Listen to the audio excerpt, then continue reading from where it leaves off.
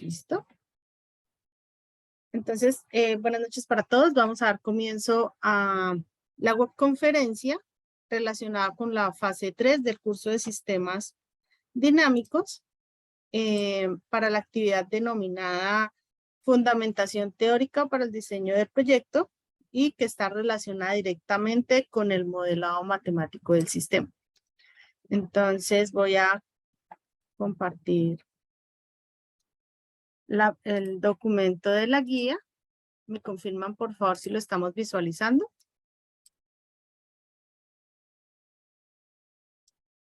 Sí, sí, profe. Vale, muchísimas gracias. Bueno, entonces, como lo había comentado hace un momento, pues esta es la actividad fase 3 para el curso de sistemas dinámicos, código 243005 del periodo académico 1604 del año 2022. La actividad, pues teniendo en cuenta que nuestra estrategia de aprendizaje es basada en proyectos, pues en esta actividad lo que vamos a elaborar o a desarrollar es toda la fundamentación teórica para diseñar nuestro proyecto.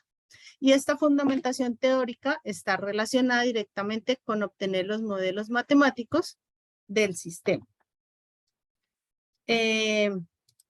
Bueno, esta actividad también se desarrolla, es una actividad de trabajo colaborativo. Es la segunda actividad del momento intermedio. Acá tenemos un total de 120 puntos en el desarrollo de la actividad y esta actividad tiene 4 semanas para su desarrollo. Estas 4 semanas dieron inicio el pasado lunes 26 de septiembre, hace 2 días, y finaliza el próximo domingo 23 de octubre. Entonces contamos con las 4 semanas exactas para desarrollar la actividad y está relacionada con el segundo resultado de aprendizaje que tenemos en el curso, que es construir los modelos matemáticos de los sistemas dinámicos con el fin de conocer su comportamiento. Entonces, bueno, esta actividad va a tener un desarrollo independiente, pero más que todo el desarrollo acá es de tipo colaborativo.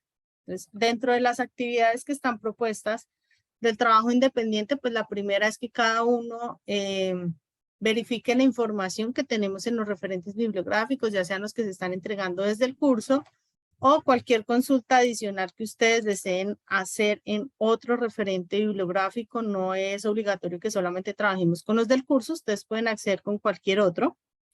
Y pues indagar sobre los tipos de modelados matemáticos de los sistemas dinámicos. Y acá sí, no solamente buscamos la información, sino acá ya empezamos a ver cómo nosotros obtenemos esos modelos matemáticos.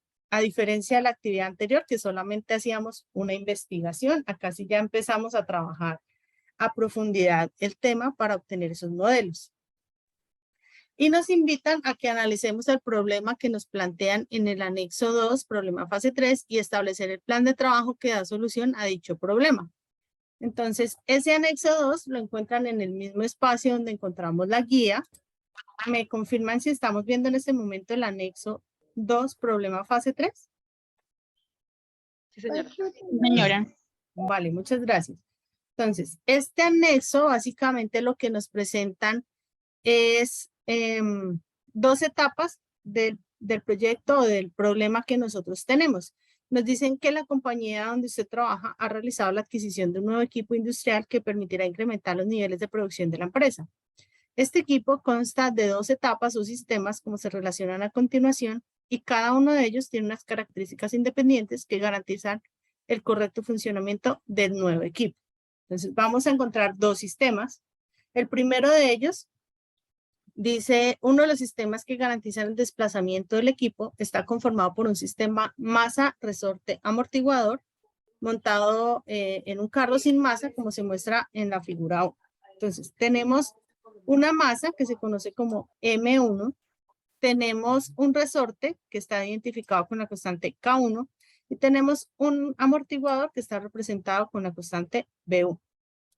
Todo este sistema nos forman o conforman todo el sistema masa, resorte, amortiguador. Este sistema a la vez, para generar su movimiento, ese movimiento va a hacer desplazarse hacia la derecha y esa acción lo hace gracias a esta fuerza F1 que se va a encargar de garantizar que esta masa se desplace hacia la derecha. Pero resulta que esta masa está ligada a esta pared o a este muro que tenemos al lado izquierdo, ¿sí? A través del amortiguador y del resorte. Entonces, este sistema es un sistema mecánico traslacional que pues para ser trasladado, pues recibe una fuerza externa que se llama F1. ¿Listo? ¿Qué nos solicitan en este ejercicio? Indica que se solicita obtener los modelos matemáticos de este sistema. En este sistema UDT siempre nosotros vamos a identificar la entrada como la letra UDT.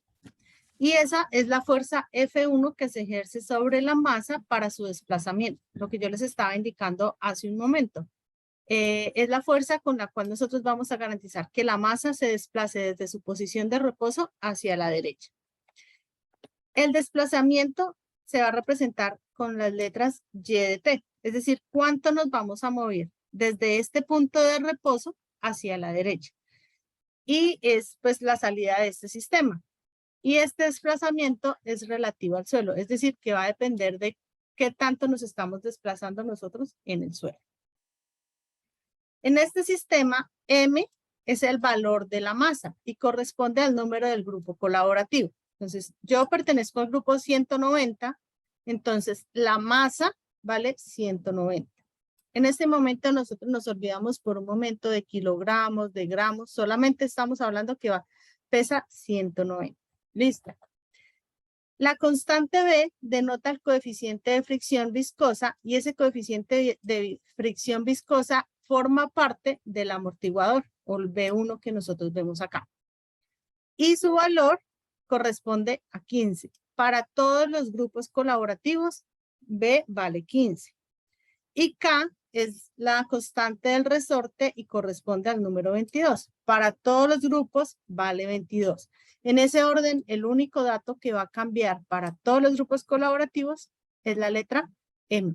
¿Por qué? Porque cada uno va a tener un grupo colaborativo diferente. Listo. Este es el ejercicio A. El ejercicio B me dice, este equipo consta de un sistema eléctrico de protección como el que se presenta en la figura 2. Este sistema es un circuito RC. Tenemos dos condensadores C1 y C2, dos resistencias R1 y R2 que conforman un circuito RC alimentado por una fuente de corriente continua denominada B1. ¿Qué más características tenemos? Es un circuito eléctrico. ¿Cuántas mallas tenemos nosotros en este circuito? 2. Tenemos 2 mallas. ¿Y cuántos nodos diferente al nodo de tierra contamos con este circuito? Diferente al nodo de tierra o nodo de referencia. ¿Cuántos nodos? 1. Tenemos un solo nodo que es el que nos permite la unión entre R1, C1 y C2. Listo. Ya ahorita más adelante vamos a ver por qué es importante que nosotros identifiquemos estos elementos o estas características en nuestro sistema. Nos da la siguiente información. El sistema está conformado por dos resistencias R1 y R2, cuyos valores corresponden a R1 son los dos primeros dígitos del documento de identidad de uno de los estudiantes del grupo. Y R2 son los dos últimos dígitos del documento de identidad de otro estudiante del grupo. Entonces, digamos, R1 los voy a tomar de Adriana y son el número 25. Y R2 lo voy a tomar de Pepito y son 30. Entonces, esos son los valores que tendríamos para R1 y R2. Para los condensadores se tiene que C1 corresponde al valor de su número grupo colaborativo. Entonces, mi grupo era el 190, entonces C1 vale 190. Y C2 corresponde al quinto y sexto número del documento de identidad de otro estudiante. Entonces, ya usé el de Adriana, ya usé el de Pepito, entonces voy a utilizar el de José. Y el quinto y sexto número de la cédula de José son 15, un ejemplo. Esos son los valores. Y acá me están dando una información importante. Ya sé que la entrada pues va a ser la fuente, ¿no? Acá pues la diferencia de la anterior, sé que la entrada es la fuente de voltaje, pero ahora me dicen la salida del sistema es el voltaje del condensador 2, es decir, lo que yo voy a encontrar si utilizo un multímetro y mido acá sobre C2. Entonces, esos datos son los que nos están dando, este es el anexo 2, esos son los problemas que vamos a desarrollar nosotros. Listo. Ya fui, leí los referentes bibliográficos, ya revisé los dos problemas que me están planteando en el anexo y ahora sí entramos a desarrollar el trabajo colaborativo. ¿Qué me solicitan en el trabajo colaborativo? Primer punto. Como grupo colaborativo, aplicar los principios físicos y matemáticos requeridos para obtener el modelo matemático del sistema por medio de ecuaciones diferenciales que lo representan. ¿Qué debo entregar en este desarrollo? Ecuaciones diferenciales. ¿Cuántas? Ya eso va a depender de cuántas obtengo por cada sistema, pero por lo menos ya sé que hay 2 sistemas, cada sistema lo debo modelar de manera independiente. Entonces, vamos a obtener ecuaciones diferenciales. Listo. Ya hice mi desarrollo matemático. Tengo que verificar si mi sistema es lineal o si tengo que aplicarle algún proceso. Después de eso, me dice, aplique la transformada de Laplace. Muy seguramente algunos recuerdan cómo hicieron el proceso de aplicación de la transformada de Laplace en el curso de señales y sistemas. Quienes ya lo vieron o quienes lo estén cursando en el momento, de pronto ya hayan alcanzado a ver algo relacionado. Bueno, sin embargo, pues acá realmente nosotros en la aplicación de la transformada de Laplace, nosotros vamos directamente a la aplicación de la transformada, no hacemos todo el proceso como se analiza en señales y sistemas. Y esta transformada la vamos a aplicar en las ecuaciones que obtuvimos. De esta manera vamos a obtener la función de transferencia. Como nosotros tenemos 2 sistemas, vamos a obtener 2 funciones de transferencia. Acá sí, pues ya sabemos que es una función de transferencia para cada sistema. Listo, ya obtuve mi función de transferencia. Ahora, ¿qué hago? Me indica, determine los comportamientos transitorio y estacionario de forma matemática del sistema modelado. Entonces, ya ahorita vamos a ver cómo obtengo yo qué es eso de transitorio, qué es eso de estacionario y qué procedimiento matemático tengo que hacer. Después me dice, representa el sistema dinámico linealizado por medio de espacios de estados. Ya vamos a ver qué es eso de espacios de estados, cómo se presenta, qué tengo que obtener para cada uno de los sistemas. Y finalmente, elaboro el consolidado de las actividades y hago mi entrega. Nuevamente, pues solamente vamos a entregar un documento como grupo colaborativo. ¿Qué debe contener ese documento? Debe contener portada, objetivos, desarrollo matemático utilizando el editor de ecuaciones que tenemos en Word para representar las ecuaciones o cómo obtuvimos las ecuaciones diferenciales que modelan el sistema en el dominio del tiempo. El proceso de linealización, si tuvimos que aplicarlo, el desarrollo matemático para obtener la función de transferencia de cada sistema, el análisis transitorio y estacionario de cada sistema, el modelado por espacios de estados de cada sistema, conclusiones y referencias bibliográficas. Esto debe contener el documento que entregamos. Y al final encontramos la rúbrica en donde nos representan cómo están distribuidos esos 120 puntos que nosotros encontramos. Nos dice, primer criterio, principios físicos y matemáticos para modelar un sistema en el dominio del tiempo.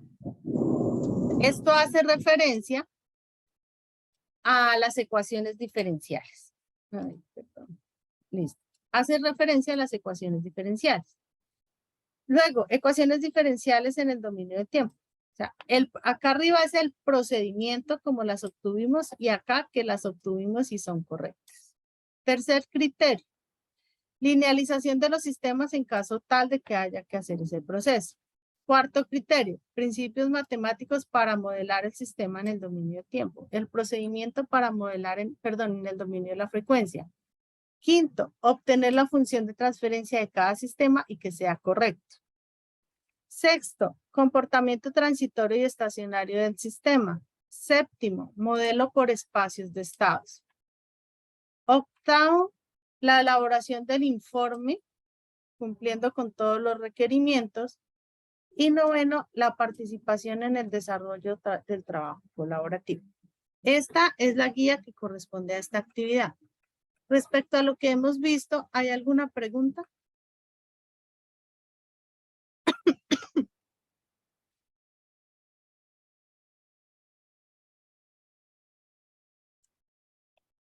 ¿No?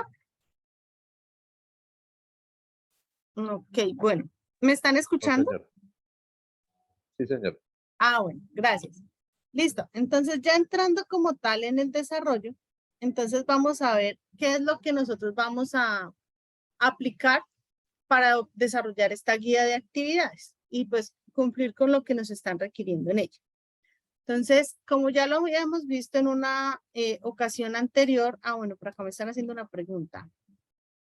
Sí, vamos a tener CIPAS, porque pues es el tema principal como tal.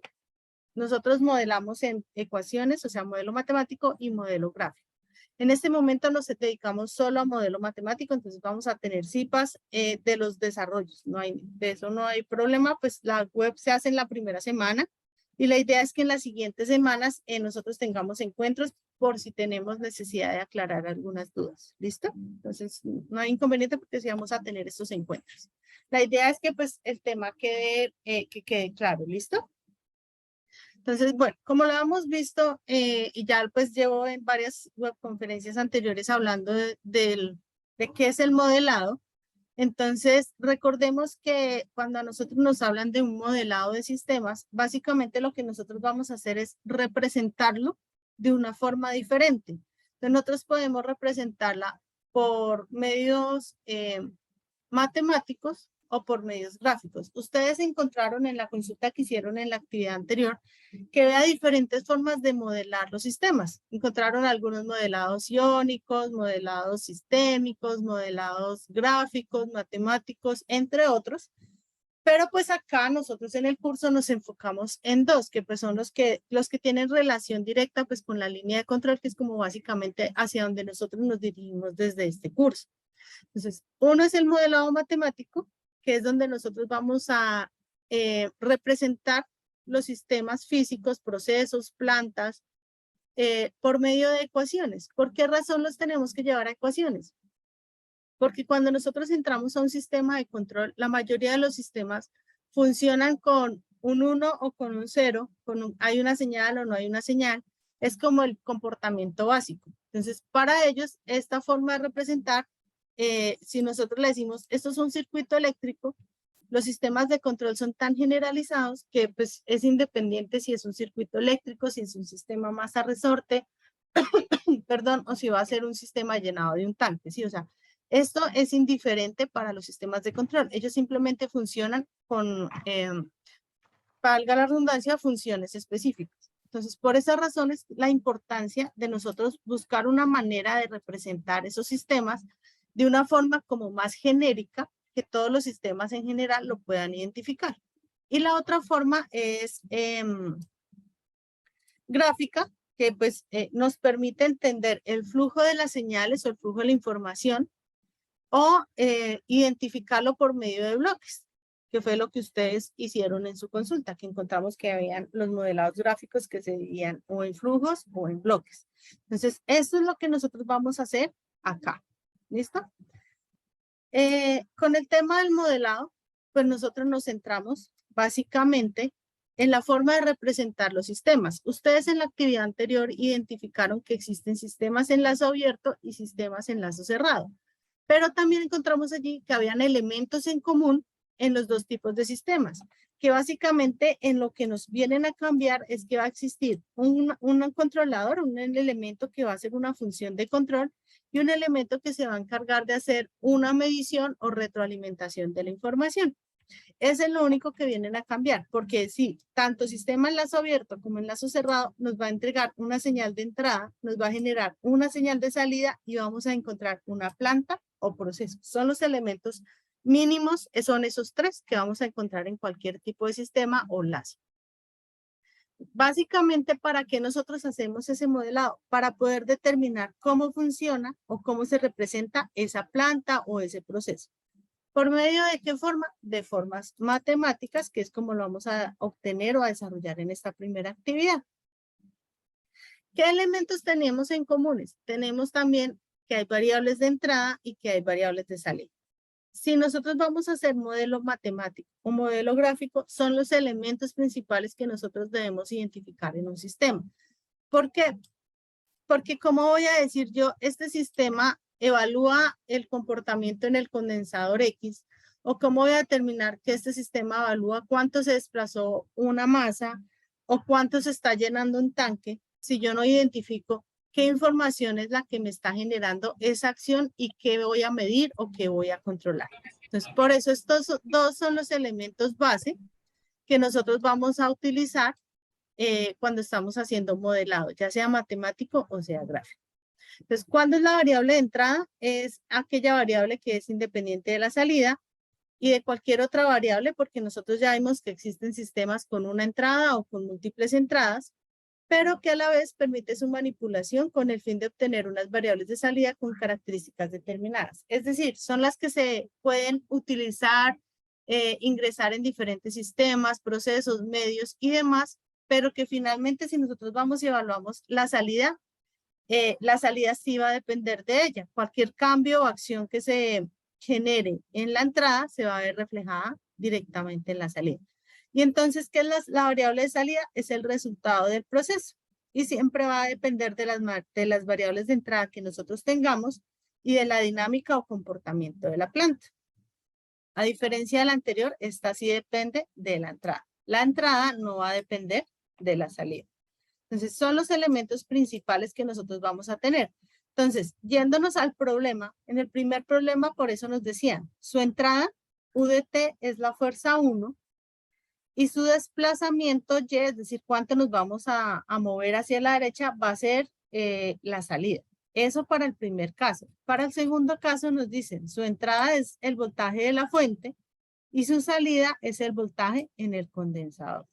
Por eso la importancia de conocer las entradas y las salidas, porque de ahí va a depender todo el modelado matemático. Entonces, ¿cómo podemos modelar nosotros matemáticamente los sistemas? Existen tres formas de modelar. La primera de ellas se conoce modelado en el dominio del tiempo. Cuando nosotros hablamos que se habla modelado en el dominio del tiempo, automáticamente estamos determinando que vamos a trabajar con ecuaciones diferenciales. ¿Por qué ecuaciones diferenciales? Cuando nosotros hablamos de ecuaciones diferenciales, se nos viene a la memoria que trabajamos con derivadas. Derivadas de orden 1, derivadas de orden 2.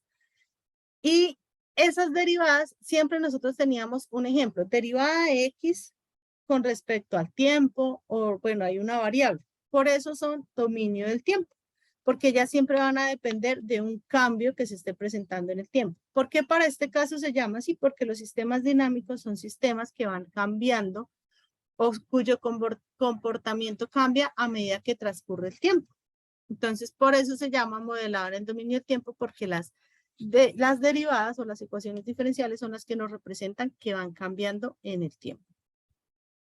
La segunda forma es el modelado en el dominio de la frecuencia. Entonces, cuando hablamos de modelado en el dominio de la frecuencia, nos aparece un nuevo término que es función de transferencia. Entonces, esta función de transferencia es una forma matemática con la cual yo puedo representar este mismo sistema, pero a diferencia de las ecuaciones diferenciales, lo que hago es reducirlo o simplificar. ¿Cómo? Haciendo una relación entre tiempo y frecuencia. Y aplicamos una fórmula matemática que es la que nosotros conocemos como la transformada de Laplace, que es la que nos permite cambiar entre tiempo y frecuencia. Entonces acá es donde nosotros empezamos a aplicar todo lo que de pronto vimos como matemáticas sueltas, pero ya en sistemas como tal. Y nos aparece un tercer tipo de modelado y es por espacios de estados. El modelado por espacios de estado es una representación de ecuaciones matriciales y vectoriales. Entonces, es una forma de representar las ecuaciones diferenciales, pero de forma matricial o vectorial. Entonces, está ligada directamente con la representación del dominio del tiempo. Y si nosotros vamos más allá, nos vamos a dar cuenta que estas tres dependen la una de la otra, porque yo no puedo aplicarle allá la función de transferencia sin tener una ecuación diferencial a la cual aplicarle Laplace. Y yo no puedo obtener una representación matricial sin haber tenido una ecuación diferencial. Entonces, yo puedo saltar entre ellas tres, pero básicamente si tengo la primera de ellas. Bueno, también puedo, si tengo espacios de estado, puedo devolverme. Eso se llama una correlación. Que pues eso lo vamos a ver cuando hagamos el desarrollo del modelamiento gráfico de nuestro sistema o nuestro desarrollo del componente práctico, que eso es nuestra siguiente fase. ¿Qué vamos a hacer ahorita? Obtener los modelos en estas tres formas o estas tres representaciones. ¿Cómo hacemos nosotros eso? Entonces, la primera es el modelado por medio de ecuaciones diferenciales. Entonces, nosotros ya vimos las ecuaciones diferenciales. Acabamos de comentar que las ecuaciones diferenciales, pues en este caso es que nosotros estamos hablando de ecuaciones que tienen derivadas, para no irnos como tan técnicamente, sino hablemoslo así a grosso modo, que son ecuaciones que van a tener una derivada y que el hecho de que tengan derivada significa que son cambiantes en el tiempo. Entonces, de acuerdo al orden que tenga esa ecuación diferencial o esa derivada, nosotros podemos clasificar los sistemas. Y acá es donde nos empiezan a hablar que existen sistemas de orden 0, sistemas de orden 1 o primer orden, de orden 2 o segundo orden o de orden superior. ¿Cómo identificamos? Entonces, cuando nos hablan de un sistema de orden 0, nos dicen que no tenemos ninguna derivada. Y hace relación a sistemas únicamente disipativos. Es decir, que son sistemas que no van a tener cambios en el tiempo, como el primer ejemplo que nosotros tenemos acá en las ecuaciones de la parte inferior. Y de t es igual acá por x de t. No tenemos ninguna derivada, por lo tanto, no tenemos ninguna variación directa en el tiempo. En este caso, esta ecuación se trata de un sistema de orden 0. No tenemos derivada. En el segundo ejemplo tenemos el sistema de primer orden. Se llama sistema de primer orden cuando están representados por una sola derivada y adicional esa derivada es de orden 1. El término asociado a la misma hace relación a un elemento acumulador de energía. Cuando nosotros hablamos de sistemas eléctricos, ¿cuáles son los elementos que acumulan energía? Condensadores. Condensadores. ¿Y hay más? Bobinas. Baterías. No, las bobinas. Las baterías, vamos a ver que las baterías lo que hacen es suministrarnos una energía que pues básicamente es un valor constante. Pero a diferencia del condensador y de la bobina, ellas sí van a depender directamente del tiempo. ¿Listo? Entonces, ese sería el caso de los sistemas eléctricos como la bobina y el condensador. ¿Listo? Es un caso de un sistema primer orden, lo que tenemos en la segunda ecuación en la parte inferior. ¿Por qué es de primer orden? Porque tenemos una única derivada y esa derivada es de orden 1. ¿Cómo sé que es de orden 1? ¿Qué exponente tenemos en la derivada? En este caso no tenemos ningún exponente, pero cuando no lo tiene significa que está elevado a la 1. Si fuera elevado a la 0 no existiría, ¿cierto? Entonces, por eso es un sistema de primer orden. El siguiente caso nos habla de un sistema de segundo orden. ¿Cuándo es de segundo orden? Cuando tenemos una derivada de orden 2, como es el ejemplo que tenemos acá en la parte inferior, orden 2, porque la derivada está elevada al cuadrado o segunda derivada, o no tener una derivada de primer orden en la ecuación si el sistema posee dos elementos acumuladores. Es decir, si tuviéramos acá una sola de derivada de orden 1, pero tenemos dos elementos acumuladores. Les hago la pregunta. En este caso, ¿cuántos elementos almacenadores o acumuladores de energía tenemos? Dos. Dos. Entonces, ¿este sistema de qué orden va a ser? 2. Segundo orden. Exacto, de segundo orden. Entonces ya vamos teniendo como una idea de qué me voy a encontrar yo cuando modele matemáticamente este sistema. ¿Listo? Entonces, listo, ya sé que es de segundo orden cuando tenemos o la derivada de orden 2 o dos elementos acumuladores. ¿Qué pasa si tengo más elementos? No voy a decir que es de orden 3 o de orden 4, sino simplemente generalizo y es de orden superior. ¿Cuándo es de orden superior? Cuando tengo 3 o más elementos acumuladores de energía. ¿Listo? Entonces, ¿queda claro cuándo es de primero, de segundo, de orden superior o de orden 0? ¿Sí?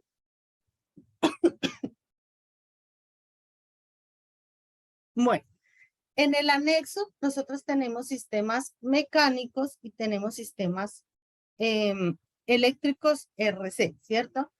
Entonces, en la consulta que todos hicimos y que lo vimos también en la webconferencia anterior, vimos que los sistemas mecánicos se dividen en mecánicos traslacionales y mecánicos rotacionales, que lo que hacemos aquí es aplicar La segunda ley de Newton, que nos indica que la aceleración en cualquier cuerpo rígido es directamente proporcional al desequilibrio de fuerzas que actúe sobre este e inversamente proporcional a la masa del cuerpo. Es decir, aplicamos la la ecuación, perdón, de sumatoria de fuerzas que actúan sobre un cuerpo es igual a la masa de dicho cuerpo por la aceleración resultante en esa dirección. ¿Cuál dirección? La que nos está garantizando el movimiento o el desplazamiento. Entonces, este es el sistema que nosotros tenemos. ¿Cómo sabemos que es un sistema translacional? Porque miremos nuestro problema y nos dicen que nos movemos en sentido horizontal. ¿Cuándo es translacional? Cuando nos trasladamos de forma horizontal o de forma vertical. Y estamos cumpliendo esa condición. Entonces, esa es la ley que nosotros vamos a aplicar para desarrollar nuestro ejercicio. ¿Cómo lo hacemos? Entonces, teníamos el análisis de fuerzas para el sistema. Si nos damos cuenta, este mismo sistema es lo que tenemos en el anexo 2. ¿Cuál es la diferencia? Que en uno lo tenemos horizontal y en el otro lo tenemos vertical. ¿En qué cambia? En este caso, pues la aceleración seguramente, bueno, acá nos decían que teníamos una señal F, que era la que se encargaba de mover esta masa. En otros casos puede ser la acción de la gravedad, porque estamos suspendidos, ¿cierto? Pero en este caso, como el principio matemático y el principio físico va a ser el mismo. ¿Cuál? Sumatoria de fuerzas. ¿Cómo hacemos nosotros la sumatoria de fuerzas? Nosotros trabajamos, no sé si ustedes recuerden en física cuando trabajamos, nos hablaban de diagramas de cuerpo libre. ¿Qué es un diagrama de cuerpo libre? Básicamente es un análisis de las fuerzas que tenemos sobre un elemento, en este caso una masa determinada, que nos van a garantizar un movimiento. ¿Y cuáles son esas fuerzas? ¿Cuántos elementos tenemos nosotros? Una fuerza F que nos garantiza que se desplace. Tenemos un resorte que nos va a impedir ese movimiento y tenemos un amortiguador que nos va a garantizar que ese movimiento sea más suave o más rápido, ¿cierto? Entonces, esas son las fuerzas que nosotros identificamos. Tenemos una fuerza F de T, que es la que nos va a garantizar el movimiento, y dos fuerzas contrarias. ¿Por qué son contrarias? Porque ellas están garantizando que se sostenga donde está, o sea, que se mantengan donde está en su posición de reposo, lo que nosotros conocemos como condiciones iniciales o posición de reposo. Entonces, esto es simplemente lo que nos lleva al hacer nosotros nuestro diagrama, nuestro análisis de fuerzas, es una sumatoria. Es decir, la sumatoria de fuerzas que nosotros ya conocemos es igual, o sea, es decir, la acción que tenemos sobre la masa es igual a la relación de las masas que tenemos afuera, de las fuerzas, perdón, que tenemos afuera de este elemento o de este cuerpo. ¿Cuáles son las fuerzas que tenemos afuera? La fuerza que estamos ejerciendo, la fuerza 1, que es la del resorte, y la fuerza 2, que es la del amortiguador. Y ya simplemente irnos matemáticamente qué representa cada una de ellas. Entonces tenemos que la de la masa o la del cuerpo como tal es la masa por la aceleración. La aceleración, si nosotros nos vamos un poco más allá, porque la idea es que lo trabajemos, nos piden ecuaciones diferenciales, ya vimos que es decir que tenemos que representarla o entregarla por medio de derivadas. Entonces tengo que llevar esa aceleración a la forma de una derivada. ¿Y cómo lo hacemos? Entonces, si recordábamos por allá cuando vimos en física, nos hablaron que la aceleración es la derivada de la velocidad, ¿sí? Y que a la vez la velocidad viene siendo la derivada del desplazamiento. Por eso acá nos aparece derivada segunda o de orden 2. Entonces, este sistema es ¿de qué orden?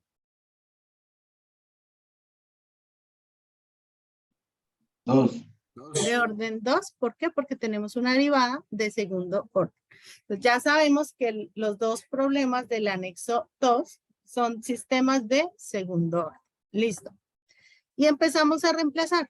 Esta F no la cambio por nada porque es una acción externa. Y F1 es la fuerza que nos ejerce el resorte. Y matemáticamente, bueno, ya el análisis de fuerza sobre un resorte nos había dicho que era la constante del resorte por el desplazamiento que nos va a permitir el movimiento. Y la del amortiguador es la constante de fricción, que en este caso pues está representada con la letra CF, pero pues que viene siendo la misma B1 que vimos nosotros en nuestro problema, o sea, esta B1 es la misma constante del amortiguador, constante de fricción, de amortiguamiento, por la derivada de X de T, es decir, por la velocidad. Y lo único que hacemos es reemplazar todo esto en la ecuación que teníamos inicial. Fuerza menos fuerza 1 menos fuerza 2 es igual a la masa por la aceleración. Y finalmente lo que hacemos es organizar. Dejamos a un lado lo que es la salida, la entrada, perdón, que es F de T, y al otro lado lo que vamos a representar como salida. Para este caso, la salida era el desplazamiento X de T, porque acá me dicen señal de salida X de T. Tengamos presente que acá nos dice, la entrada U de T es la fuerza 1, y el desplazamiento se va a llamar Y de T. En el de análisis ustedes no van a decir acá es X, sino vamos a hablar en términos de Y. Y este es el análisis de fuerzas que nosotros le hacemos cuando estamos hablando de un sistema mecánico de tipo traslacional. Sistema de orden 2, ya sabemos porque obtenemos una derivada de orden 2 y con eso continuamos. Y el siguiente sistema que nos están entregando es un sistema eléctrico. Los sistemas eléctricos, pues acá están las ecuaciones base para un sistema eléctrico RLC, pero pues nosotros tenemos un sistema RC, pero partimos de las mismas ecuaciones. Que es importante que nosotros tengamos claro, y vuelvo y lo repito, ya lo habíamos hablado, pero es bueno que lo repitamos. Definir cuántas mallas y nodos tiene el circuito y seleccionar y nombrarlas. Eso ya lo hicimos hace un momento cuando vimos acá en el anexo. Dijimos que teníamos 2 mallas, que esto vendría la malla izquierda, vendría a ser lado 1, lado izquierdo malla 1 y lado derecho malla 2. Hablamos que teníamos cuántos nodos diferentes al nodo de referencia, dijimos que teníamos un único nodo, que era el nodo acá del centro. Entonces, eso es lo primero que nos dicen que hagamos. Después nos dice, obtenga las ecuaciones correspondientes para cada malla y para cada nodo, para lo cual se recomienda o se reitera que deben quedar en términos del voltaje del condensador o la corriente en la bobina.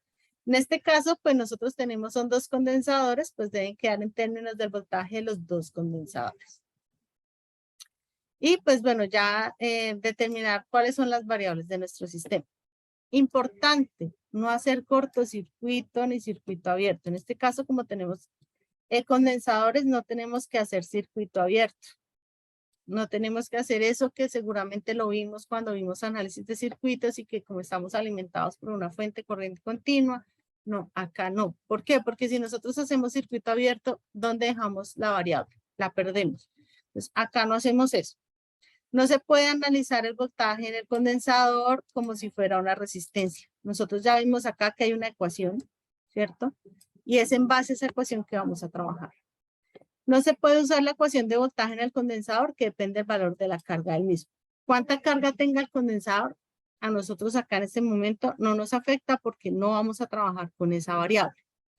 Y si nos aparece algo en términos de integral, pues simplemente le vamos a aplicar la función contraria, que sería derivar para eliminar la integral. ¿Listo?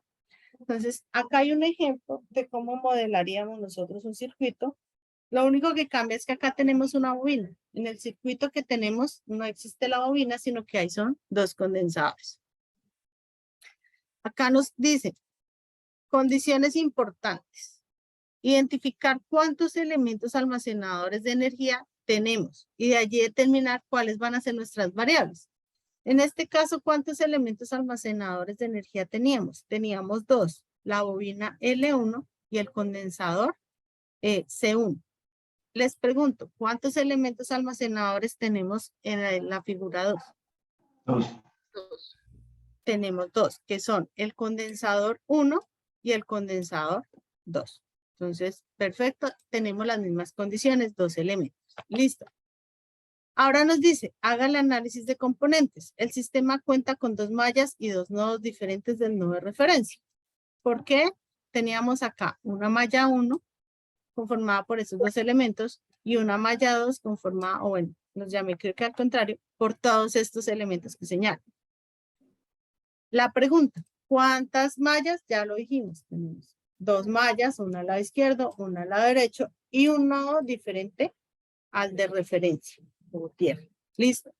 Eso es lo primero que tenemos que hacer. Y ya es lo que empezamos a hacer es aplicar leyes de Kirchhoff y ley de Ohm para modelar este sistema. ¿Listo? Entonces, centrémonos en este ejemplo. Malla 1 lo denominé lo que consta de estos elementos. Voltaje B1 de la fuente, la resistencia R1, la bobina L1, el condensador C1 y la resistencia R3. ¿Qué nos decía Kirchhoff? Sumatoria de voltajes iguales a 0, ¿verdad? Entonces, en este caso, pues bueno, acá me salté un paso porque ya dije que la fuente es igual a la sumatoria de los demás elementos. Voltaje en la resistencia 1, voltaje en la bobina L1, voltaje sobre el condensador C1 y voltaje sobre la resistencia R3, que es la ecuación que tenemos acá. Y empezamos a ver por ley de Ohm qué es cada una de esas ecuaciones. ¿Qué viene siendo el voltaje sobre la resistencia 1?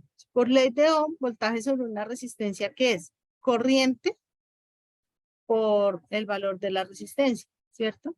Entonces, acá decimos la corriente que pasa por ella por la resistencia.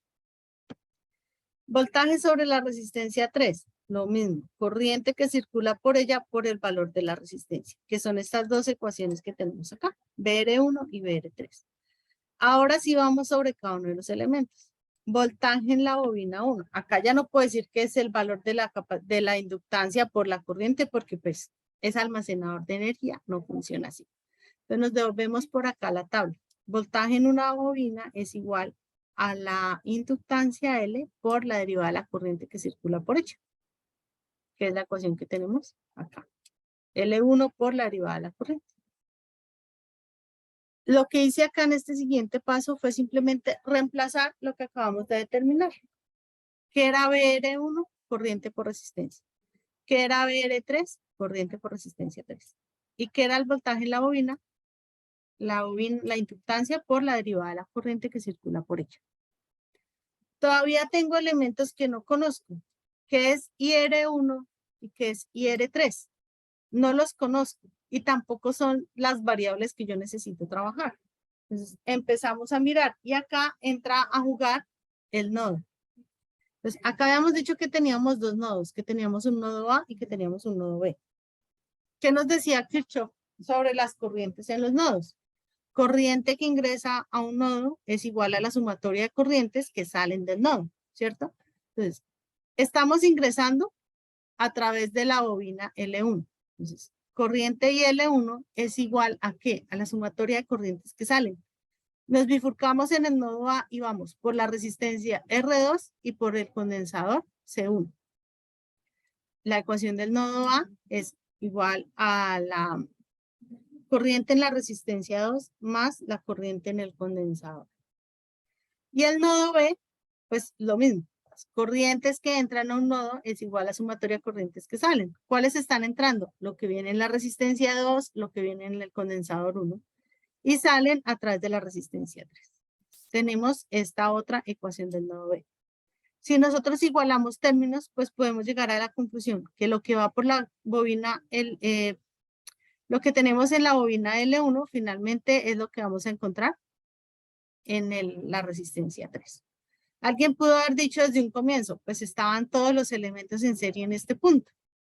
Sí, cuando nosotros redibujamos la malla 1, sí, finalmente a eso corresponde, ¿cierto? Todos los elementos en serie, pero no hay que desconocer que tenemos un elemento almacenador de energía. Entonces, por eso se recomienda que en este caso sí tengamos presente las ecuaciones de los nodos. ¿Listo?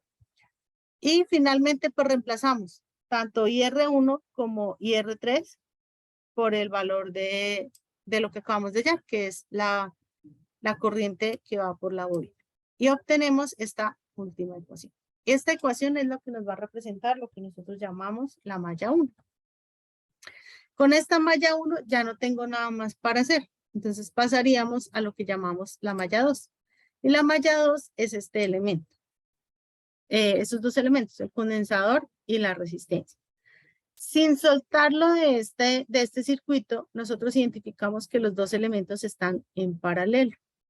Por eso yo digo acá que el voltaje en el condensador es igual al voltaje que hay en la resistencia 2. Vuelvo y le repito, porque tenemos acá dos nodos. Por eso es importante que acá nosotros no lo viemos, sino que hagamos el análisis.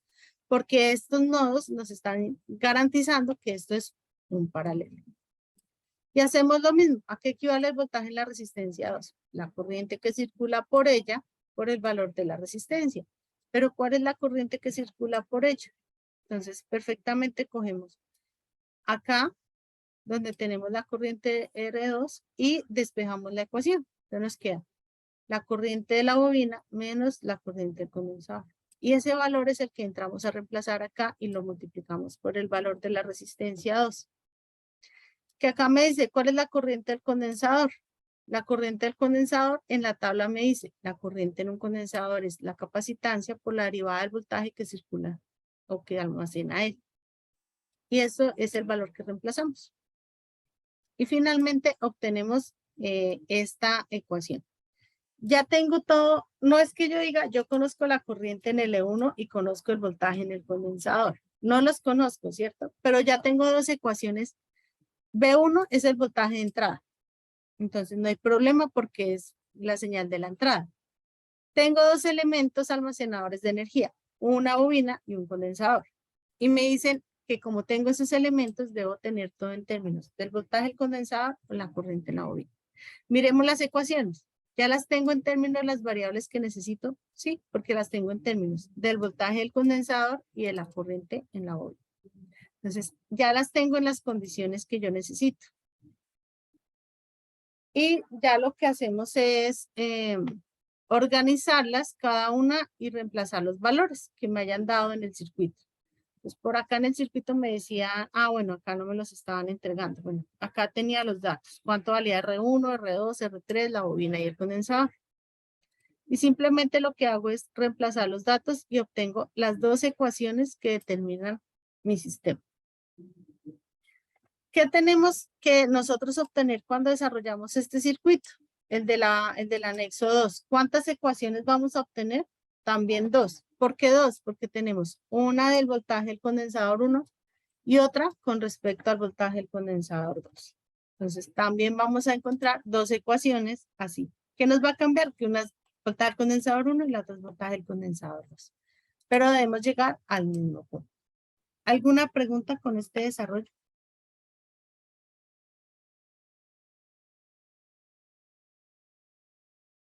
¿O hasta el momento es claro?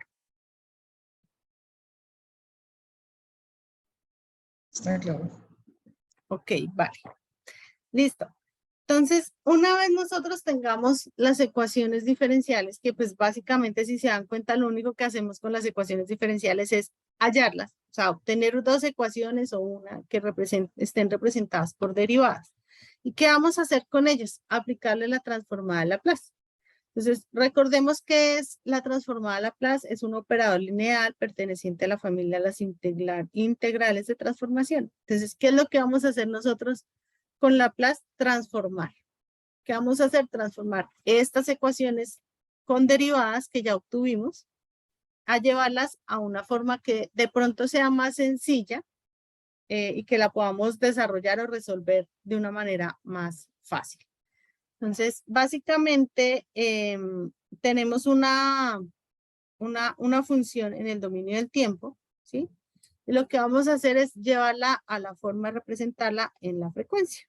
Entonces, una función en el tiempo se representa con la función y entre paréntesis la letra t.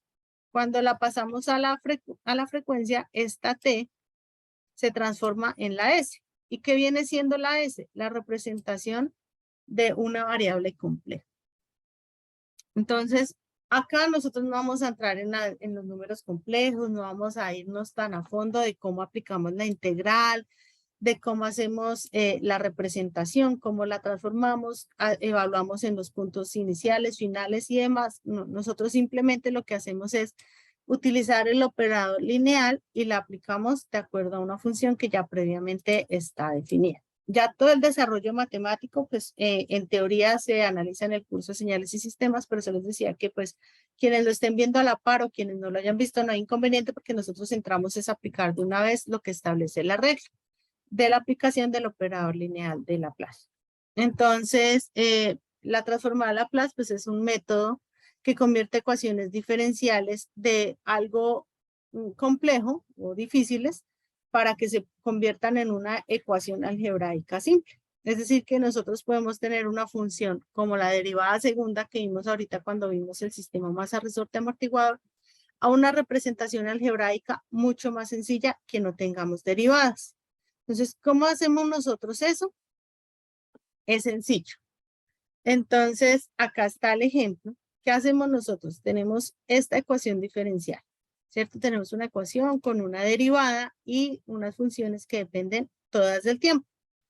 Nosotros le vamos a aplicar Laplace, pues Laplace tiene ahí como un símbolo especial, que es el símbolo lineal de Laplace, que es esta letra, una L cursiva, y nosotros aplicarle Laplace a toda la ecuación nos da el mismo resultado que si lo aplicamos a cada término del igual, como si lo aplicamos de manera independiente a cada elemento que conforma la ecuación. Lo mismo que hacíamos cuando hablábamos de las funciones asociativas o distributivas del álgebra, lo mismo aplica aquí. Entonces, si nos damos cuenta, acá iniciamos aplicándola a toda la función y acá lo que hicimos fue en el tercer renglón aplicarla a cada uno de los elementos que conforman la función. ¿Qué pasa con los números o valores constantes? Cuando nosotros le aplicamos Laplace a un valor constante, ese valor no cambia. Sigue siendo en este caso un tercio, va a seguir siendo un tercio. 10 tercios va a seguir siendo los mismos 10 tercios y nuevamente un tercio va a seguir siendo un tercio. Los valores constantes no van a cambiar. ¿En dónde encontramos el cambio? ¿Cuál diferencia encontramos? En esta ecuación de Laplace donde le aplicamos a una derivada y el siguiente renglón. ¿En qué nos está cambiando?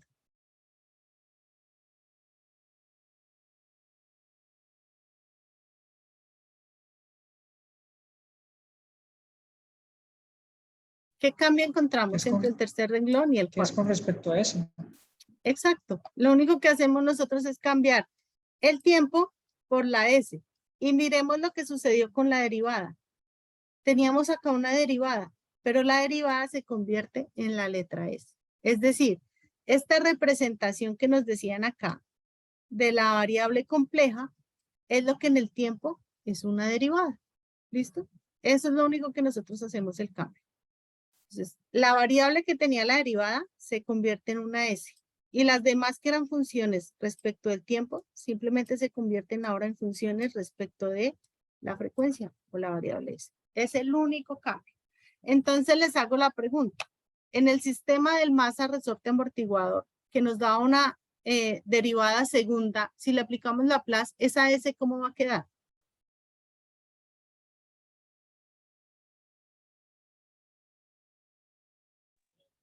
Elevada a la 2. Exacto. ¿Por qué? Porque veníamos de una derivada segunda. Si teníamos una derivada tercera, le aplicamos la Laplace, ¿cómo nos va a quedar la S? S al cubo. Y así. Por eso les decía, nosotros nos vamos a la aplicación de la regla directamente. Todo esto viene pues de un proceso matemático de aplicar la integral. Solamente que pues acá nosotros vamos directamente a la regla. Y la regla lo que me dice es que si le aplicamos Laplace a una derivada, la derivada me la convierte automáticamente en la variable S, que es la variable compleja. ¿Listo? Eso es lo que nosotros vamos a hacer con estas ecuaciones diferenciales que obtuvimos del ejemplo. Esta ecuación de la corriente y esta ecuación del voltaje son las que vamos a someter a Laplace, que son las que ustedes también cuando desarrollen el anexo 2 las van a someter a Laplace. ¿Qué sucede con las funciones de transferencia? Entonces, la transformada en Laplace brinda la facilidad de trabajar las ecuaciones diferenciales como polinomios de variable S. Entonces, ya hicimos el cambio de variable, pasamos del tiempo a la frecuencia, entonces ya no tenemos t, sino tenemos s, que internamente s representa la función de la variable compleja, pero nosotros hasta allá no vamos. Nosotros de la s no vamos a pasar.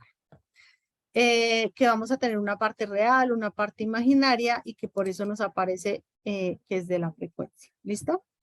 Pero Laplace nos permite obtener la función de transferencia. La función de transferencia se puede representar con la letra G o simplemente TF, sus siglas en inglés, o FT, sus siglas en español, de función de transferencia. ¿Listo? Y está definida como la relación que existe entre la transformada Laplace de la señal de salida y la transformada Laplace de la señal de entrada, tal como lo establece la ecuación que tenemos acá en el centro. Por eso la importancia de nosotros determinar cuál es la variable de entrada y cuál es la variable de salida, porque es la única manera con la cual yo puedo organizar correctamente mi función de transferencia. Y queda representada de esta manera. Salida con respecto a entrada. Entonces, ¿qué viene siendo la función de transferencia? La evaluación del comportamiento de la planta. ¿Por qué? Porque nosotros estamos haciendo como un análisis, un versus de lo que hay en la salida con respecto a lo que teníamos en la entrada. Lo que de pronto alguien diría, podríamos ser la evaluación de una ganancia. Posiblemente sí pudo ser la evaluación de una ganancia. Entonces, eso viene siendo lo que nosotros hacemos con la transformada Laplace y cuando hacemos el cambio de variable de tiempo a frecuencia. Analizar cómo funciona mi planta o qué comportamiento me está generando mi planta. Que en algunos casos, de pronto, cuando ustedes vieron electrónica análoga, nos hablaban de la ganancia, por ejemplo, de un amplificador, ¿cierto? Que nosotros evaluamos qué obtengo a la salida con respecto a la señal de entrada que le estoy ingresando a un circuito. Pues básicamente esto es lo que nosotros hacemos con la función de transferencia o el modelado en el dominio del tiempo. ¿Hasta aquí alguna pregunta?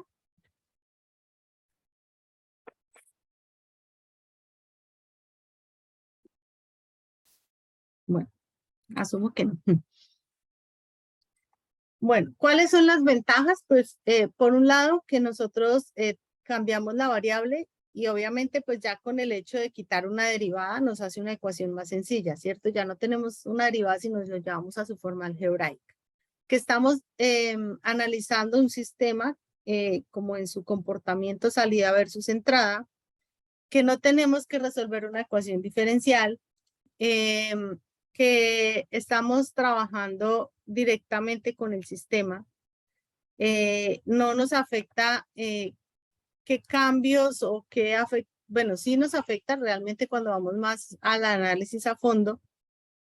Si hay un cambio en la entrada, pues lo vamos a ver reflejado en la salida, pero el punto es que en el modelado los cambios en las entradas son los que no nos irían a afectar, ¿sí? O sea, cuando nosotros modelamos, asumimos que esos cambios no se presentan, asumimos los casos ideales, de tal manera que cuando esos cambios se presenten, pues nos van a alterar y esos son los que nosotros vamos a llevar a controlar más adelante. Entonces, eso es lo que se puede representar. Y acá hay algo que nos aparece al final que nos indica que si se desconoce la ecuación diferencial que describe un sistema, se puede obtener su función de transferencia de manera experimental, excitando el sistema con entradas conocidas y estudiando su respuesta. ¿Qué significa esto? Que no todos los sistemas nosotros los vamos a modelar con este procedimiento que hemos visto, ¿sí? Por ejemplo, vamos a un sistema de una industria y nos dicen, tenemos esta torre de destilación en una empresa de hidrocarburos. Necesitamos llevarla a un nuevo sistema de control. Genere el modelo matemático. Una torre de destilación pues tiene muchos más elementos. Tenemos sistemas hidráulicos, tenemos sistemas térmicos, tenemos sistemas neumáticos, ¿cierto? Entonces está compuesta de muchos sistemas. Y si nosotros nos vamos a hacer el modelo matemático aplicando las leyes físicas, pues obviamente este desarrollo se va a ir complicando cada vez y va a ser como más complejo. En estos casos, cuando nosotros tenemos sistemas complejos o compuestos, lo que se hace es trabajarlo de manera experimental. ¿Y cómo lo hacemos? Acá nos indica, excitando el sistema con entradas conocidas y estudiando su respuesta. Básicamente, ¿qué es lo que hacemos? Tomamos datos. Digamos, vamos a tomar datos de una hora de comportamiento del sistema, tomando datos cada minuto. En una hora, ¿cuántos minutos tenemos? 60 minutos, ¿cierto? Entonces vamos a tener 60 datos. Entonces, esos 60 datos, es decir, en el minuto 1 tuvimos una entrada de 10 que nos dio una salida de 150. En el minuto 15 tuvimos una entrada de 12 que nos dio una salida de 220. ¿Sí? A medida que va transcurriendo el tiempo, esos datos pueden ir variando. Y lo que vamos a hacer es simplemente de manera experimental estimar el modelo matemático de dicha planta. Y eso ya pues antiguamente se hacía de manera matemática también, con matemática, modelos estocásticos o determinísticos. Entonces eso era una matemática más especializada, que pues ya hoy en día hay programas que hacen eso. Por ejemplo, MATLAB, hay una función de MATLAB que nos permite hacer esa aproximación, que pues lo vamos a ver como una función adicional o una elemento adicional cuando veamos el desarrollo del componente práctico. Entonces, eso como es experimental, lo vamos a ver únicamente es con el desarrollo del modelado gráfico, ¿listo? Entonces, sí lo vamos a ver, pero no lo vamos a ver de manera matemática, sino ya el trabajo con MATLAB. Esas son las ganancias o ventajas de trabajar con la función de transferencia. Adicional, cuando nosotros trabajamos con la función de transferencia, podemos determinar los polos y los ceros. Cuando nosotros desarrollamos la función de transferencia, vamos a obtener ecuaciones similares a estas que tenemos acá en el ejemplo. ¿Y eso qué significa? Que los modelos son de primer orden, de segundo orden, de orden superior, también como vimos ahorita las ecuaciones diferenciales. Entonces, al trabajar con eso, nosotros trabajamos con lo que se conoce como polos y ceros. Entonces, ¿cuándo estamos hablando de ceros? Las raíces del polinomio del numerador son los ceros del sistema. Es decir, en la función de transferencia o en la ecuación que vamos a obtener, todo lo que está en el numerador son ceros del sistema. ¿Cuándo son los polos? Cuando trabajamos con los datos que tenemos en el denominador de la ecuación. Y el orden se determina de acuerdo al grado del polinomio del denominador. Acá nos hablan sistema de primer orden. ¿Por qué de primer orden? Porque tenemos el denominador tau S más 1. La S es la que nos determina, el exponente que tiene la letra S es la que nos va a determinar acá el orden del sistema. O sea, acá es de primer orden porque S está elevado a la 1. Y en el segundo ejemplo, S la tenemos elevado al cuadrado, por eso se conoce como un sistema de orden 2. Entonces, en una función de transferencia, los ceros son las raíces del numerador, los polos son las raíces del denominador. Los valores son indicativos respecto al comportamiento del sistema. Es decir, ellos son los que nos van a indicar si un sistema es estable o es inestable, si es amortiguado o subamortiguado. Y así también los polos nos determinan la frecuencia, el comportamiento en frecuencia de dicho sistema. Entonces, ¿qué orden sería esta primera ecuación f de s? De acuerdo a lo que acabamos de ver, este sería de qué orden.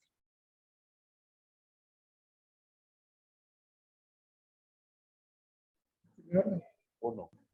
De orden 1 porque s está elevado a la 1. En este caso, h de s, ¿de qué orden estaríamos hablando?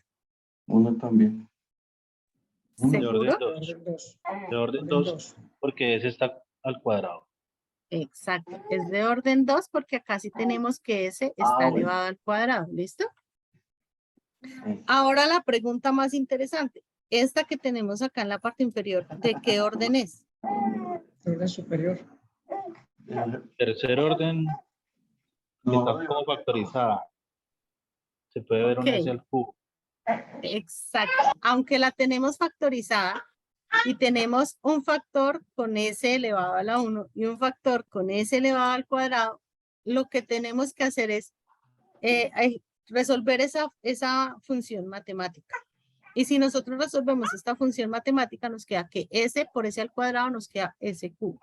Sería orden 3, pero ya vimos que orden 3 no se dice orden 3, sino se nombra orden superior. De 3 o más es orden superior, ¿listo? Pero sí es importante que tengamos eso claro. Que puede que acá alguien me pueda haber dicho, no, es de orden 1 porque tenemos una S. O alguien me puede haber dicho, es de orden 2. Pero sí es bueno aclarar que cuando nos presentan estos casos, sí o sí tenemos que resolver la ecuación. ¿Listo? Escoger, quiere escoger todo. Yo sé lo mío, pero no sé para escoger todo. No te estoy entendiendo.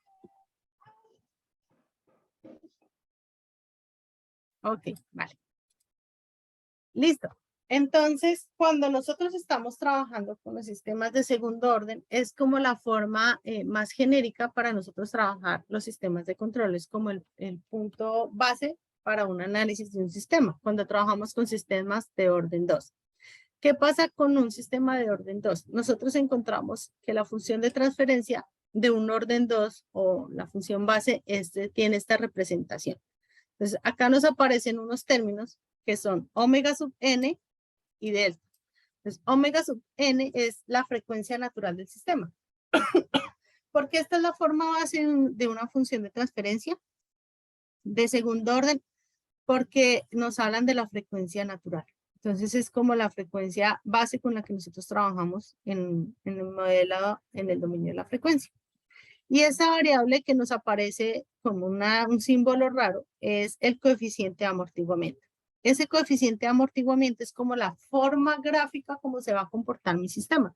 Y eso cuando nosotros hablamos de estabilidad, nos indica qué tanto o qué tan estable va a ser mi sistema, qué tan inestable va a ser y qué tanto tiempo va a tardar en generarme una respuesta constante.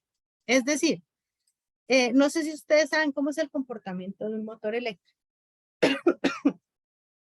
Cuando ustedes encienden o energizan un motor eléctrico, él no llega a su valor de comportamiento nominal tan pronto lo encendimos, ¿cierto? Nosotros, ¿qué tenemos acá?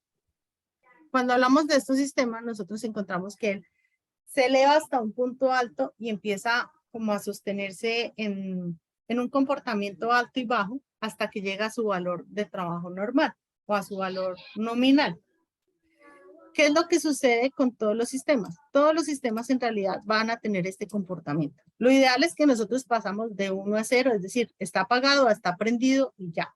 Pero nosotros sabemos que entre ese trance, entre 0 y 1, hay un cambio. En la realidad, esos son unos cambios o lo que conocemos como picos.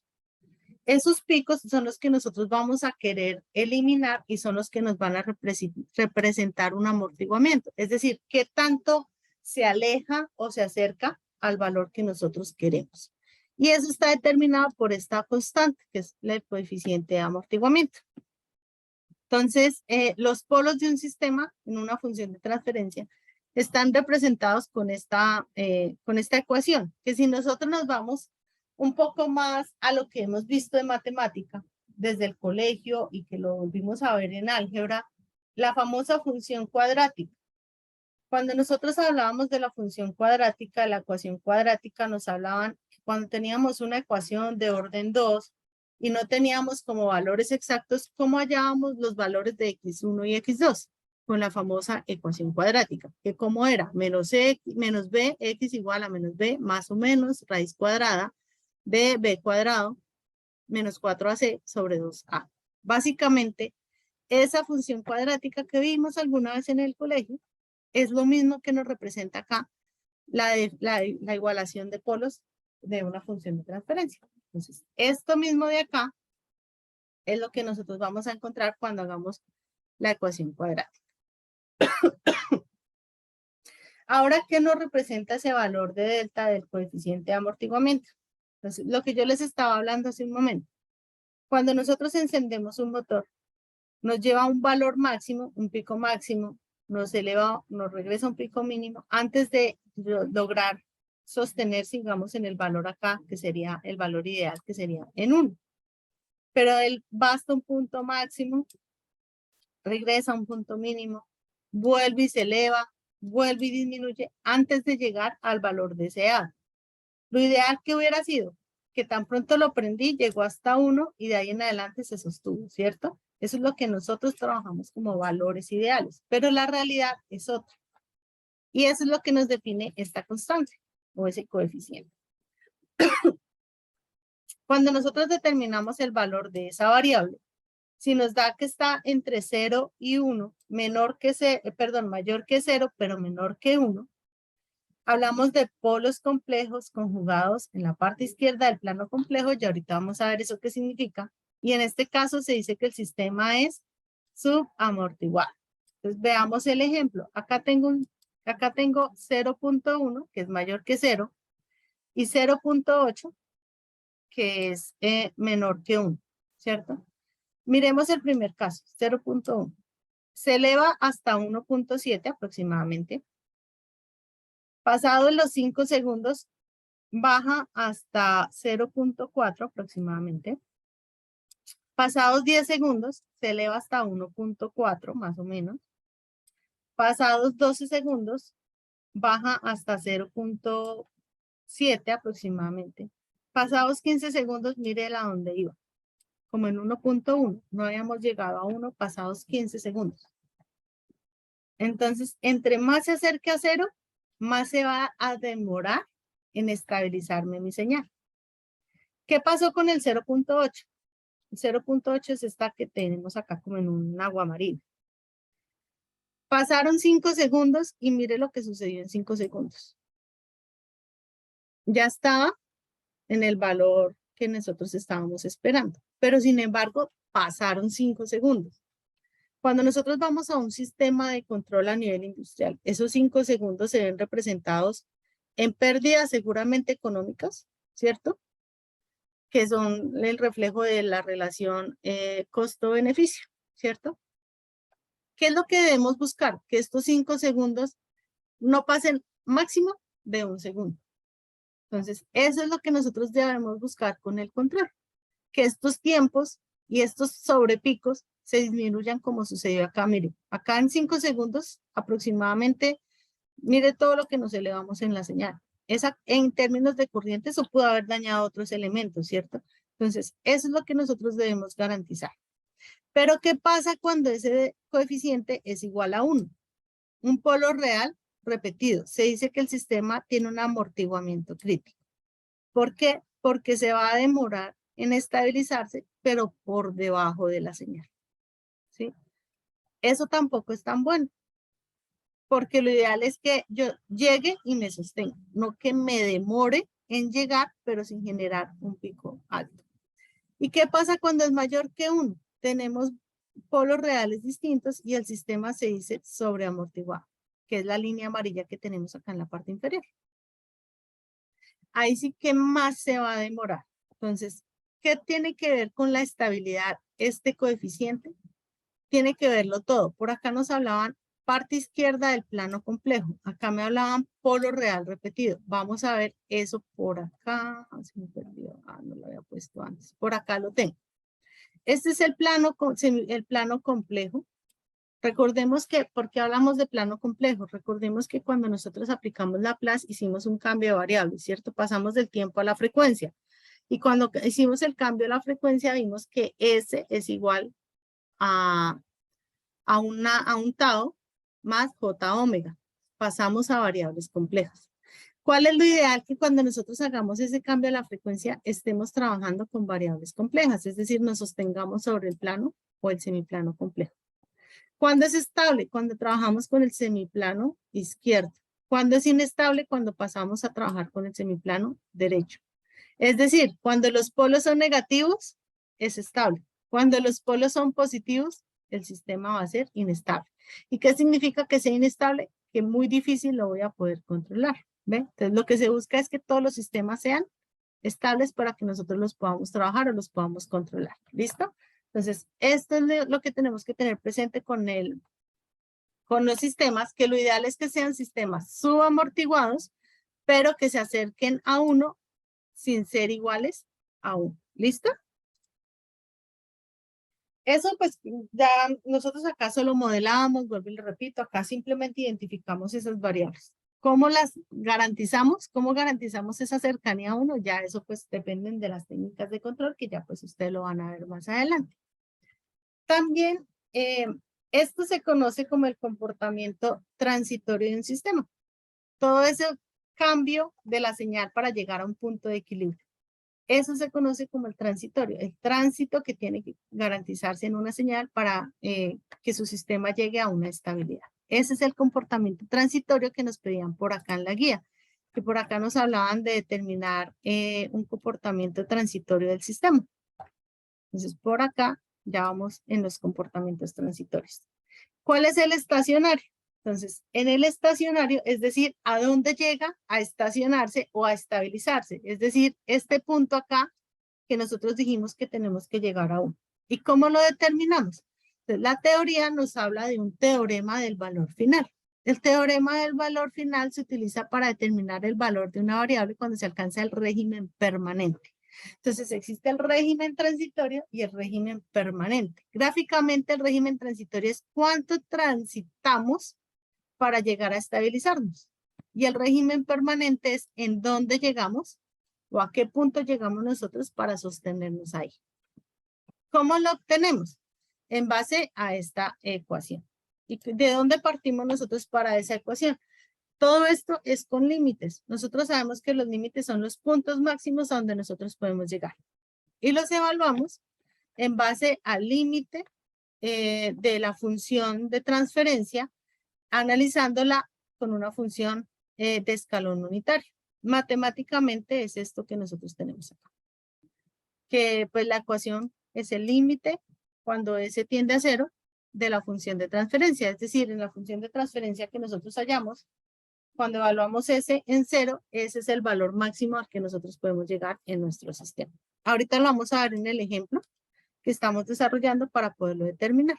Entonces, esto es la ecuación para determinar el comportamiento estacionario del sistema. Entonces, siguiendo el ejemplo que veníamos, las dos ecuaciones que hallamos del sistema eléctrico, asumiendo que la salida es el voltaje del condensador y la entrada es la fuente.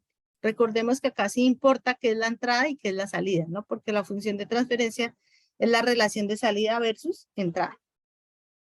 Y empezamos a hacer todo el proceso. Es decir, cogemos la ecuación 1, le aplicamos Laplace a toda la ecuación y obtenemos una tercera ecuación en este caso. La denominamos ecuación 3. La llevamos del tiempo a la frecuencia. Y exactamente el mismo procedimiento hacemos con la otra ecuación que habíamos determinado. Le aplicamos Laplace término a término y obtenemos la que denominamos ecuación 4. De esta manera, acá nos dicen que es importante tener presente cuál es la salida del sistema, porque las ecuaciones sí o sí deben quedar en términos de las variables de entrada y de salida únicamente. Entonces, recordemos, entrada B1, salida voltaje del condensador, que es lo que tenemos acá. ¿Listo? Tenemos nuestras dos ecuaciones nuevas, que las llamamos ecuación 3 y ecuación 4. Ahora me dice acá, ¿cuál es la variable que no corresponde ni a entrada ni salida? Tenemos B1 como entrada y voltaje del condensador como salida. ¿Qué sucede con la corriente de la bobina? En este caso, que es la variable que no es ni lo uno ni lo otro, ¿cierto? Que pues es la corriente en la bobina. Nos dice que se debe despejar esa variable en una de las ecuaciones y reemplazarla en la otra. ¿Para qué? Para garantizar que nos van a quedar las ecuaciones en términos de lo que nosotros necesitamos, que es entrada y salida. En este caso tengo que despejar la variable IL. Y lo despejé en la ecuación 4. Entonces tengo la ecuación 4 y lo único que hago es todo el proceso matemático para despejar la variable IL, y cuando la despejo y hago todo el desarrollo matemático, obtengo esta ecuación. Y esta ecuación es la que voy a reemplazar donde aparezca IL en la ecuación 3. ¿Hasta acá alguna pregunta? Igual este documento yo se los entrego con la grabación mañana, para que pues ustedes como que sigan el paso a paso.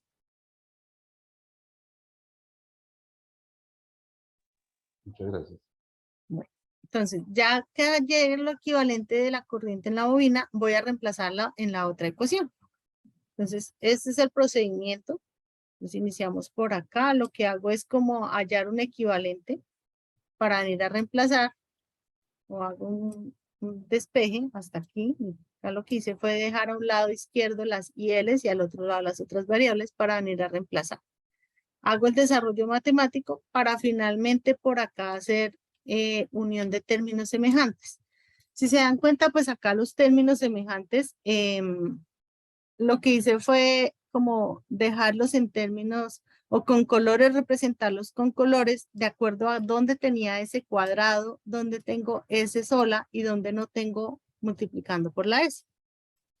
Para que me quedara más fácil hacer como la simplificación, ¿sí? Entonces, acá sigue siendo mismo 18S cuadrado, no tengo nada más. Pero acá tengo 54S más 2S, me da 56S. Y acá tengo 6 menos 3 me da 3. ¿Sí? Y finalmente ya tengo todo al lado izquierdo en términos del voltaje del condensador, que pues es la variable que me interesaba como salida.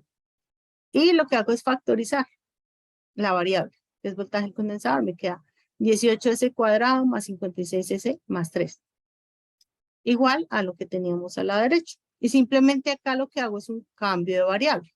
Entonces me dice, la salida es el voltaje del condensador y se representa con la letra Y mayúscula. Y la entrada es el voltaje de la fuente y se representa con la letra U mayúscula. Y lo que hago es cambiar la variable. Lo que hago es un cambio de variable. Cambio la del voltaje del condensador por Y y el voltaje de la fuente por U. Y me queda de esta manera. Entonces, ahora me dice acá, la forma de la ecuación de la función de transferencia en un sistema viene dado por esta fórmula. Necesito llevar a esa fórmula. Acá es un punto que es importante que lo tengamos muy claro. Entonces, tenemos nuestra ecuación, ¿cierto? Veníamos de esta manera.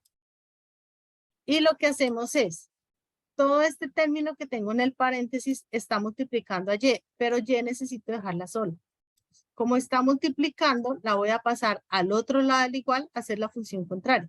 Si está multiplicando la función contraria, ¿cuál va a ser? Dividir, ¿cierto? Entonces, la paso a dividir al otro lado. Y me dice que debajo del Y tiene que quedar U. Entonces, U está multiplicando a 3, entonces va a pasar al otro lado a hacer la función contraria, que va a ser dividir. Por eso pasa a quedar acá. Y esta es la forma de la ecuación de la función de transferencia de mi sistema. ¿Listo? ¿De qué orden viene siendo este sistema? De orden 2, porque tenemos S elevado al cuadrado. ¿Cuántos polos tendrá entonces esta ecuación? 2. 2, porque estamos hablando de un sistema de orden 2. ¿Listo? Entonces, ya tengo mi función de transferencia. ¿Qué debo hacer ahora? Lo que vimos ahorita. Voy a determinar el comportamiento estacionario, que el comportamiento estacionario lo determinamos con el teorema del valor final, que es aplicando el límite cuando S tiende a 0 de la función de transferencia. Es decir, el límite cuando S tiende a 0 de mi función de transferencia que la acabamos de hallar, que es 3 sobre 18S cuadrado más 56S más 3. ¿Y cómo hallamos el límite? Simplemente donde tengo la variable S, la voy a reemplazar por 0. 18 por 0 al cuadrado más 56 por 0 al cuadrado más 3. Todo número multiplicado por 0 da 0. Entonces, ¿qué nos viene a quedar? 3 sobre 3. Y eso es igual a 1. Es decir, que cuando yo grafique este ejemplo, cuando yo lo someta a un renglón unitario, ¿hasta dónde debe llegar? Hasta 1. ¿Listo? No debe pasarse de 1. Eso es la forma de determinar el comportamiento estacionario. ¿Cómo determinamos entonces las raíces de mi sistema? Entonces, lo que vimos ahorita, la famosa función cuadrática, lo que les estaba hablando hace un momento, lo que vimos por allá en matemática de colegio y que volvimos a ver en álgebra. Entonces, acá ya aparece una aplicación de la función cuadrática. ¿Para qué nos sirve? Para determinar los polos de los sistemas. Entonces, simplemente vamos a reemplazar los datos que tenemos. A es 18, B es 56 y C es igual a 3. Y esos datos los voy a reemplazar en la ecuación cuadrática para determinar mis polos.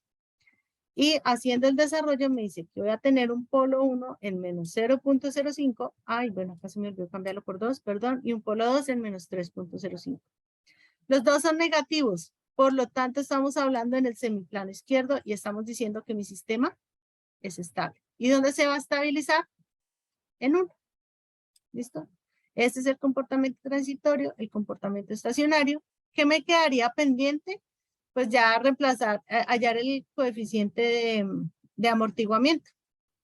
Que ese coeficiente de amortiguamiento lo podemos despejar de la ecuación genérica, que es esta que tenemos acá. Entonces simplemente esta variable, este denominador, S cuadrado más 2 delta omega sub n por S más omega sub n al cuadrado, lo igualamos a la ecuación que obtuvimos. Y de esa manera puedo determinar cuánto es ese coeficiente de amortiguamiento. Y de acuerdo al coeficiente determinar si subo amortiguado, amortiguado, críticamente amortiguado o sobreamortiguado. Listo. Aquí resolvimos este punto que nos dice determine el comportamiento transitorio y estacionario de forma matemática del sistema. Ahora me dice, representa el sistema por medio de espacios de estados. Entonces, ¿cómo nosotros pasamos a espacios de estados? ¿Qué son los espacios de estados? Esos espacios de estados nacen de la necesidad de trabajar con sistemas complejos, en donde se requieren bastantes procedimientos y se tienen varias entradas y salidas, o son sistemas cuyo comportamiento varía con el tiempo, permitiendo así trabajar con lo que se conoce los estados del sistema. En este caso, nosotros teníamos sistemas con una única entrada, pero hay sistemas en donde vamos a encontrar varias entradas. Pues allí es donde es más fácil trabajar los sistemas de esta manera o representarlos de esta manera. Entonces, ¿qué viene siendo un estado? Un estado en un sistema dinámico se define como el conjunto más pequeño de variables que determinan el funcionamiento del sistema cuando se conocen dichas variables en un tiempo inicial. Es decir, ¿qué tanto me va a cambiar la señal o el sistema a medida que transcurre el tiempo? Eso es el estado. ¿Qué es una variable de estado? El conjunto más pequeño de variables que determinan el estado de un sistema dinámico y se representan de forma matricial. La variable de estado es la variable que está cambiando con el tiempo. Es la que yo voy a analizar. Y nos aparece que hay forma de representarlo por medio de vectores o por medio de matrices, que simplemente es la forma de representar estos variables de estado. Nos aparecen dos ecuaciones base, que son estas dos que aparecen en la diapositiva en la parte inferior. Estas son las famosas ecuaciones de estado. Esta primera nos aparece como x punto de t. Si ustedes recuerdan, cuando vieron cálculo diferencial, encontramos que las derivadas se podían representar como la variable punto en lugar de derivada de x de t. Entonces, este x punto es la misma derivada y equivale a por x de t más b por u de t. Entonces, x es la variable que yo estoy analizando, u sigue siendo la entrada. Y y de t es la salida de mi sistema. X sigue siendo la variable que estoy analizando y u mi entrada. Pero ¿qué es a, qué es b, qué es c y qué es d? Entonces ya vamos a determinar. Entonces, las variables de estado son representación moderna que se tiene para describir el comportamiento de los sistemas dinámicos empleados en diferentes sistemas físicos. Entonces, a es la matriz dinámica o matriz de estado. Es decir, lo que está sucediendo en mi ecuación. B es la matriz de control o matriz de entrada. Todo lo que tiene que ver con la señal de entrada. C es la matriz de lectura o matriz de salida.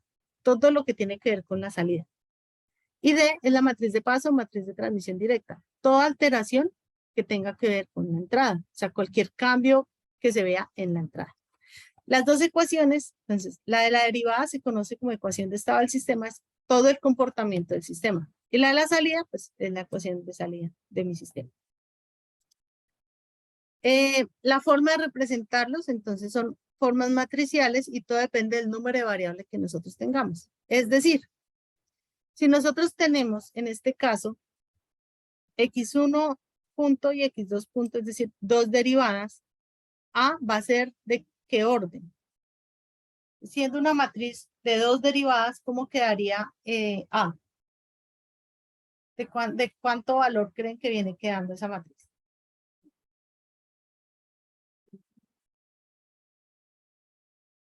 ¿Qué creen ustedes?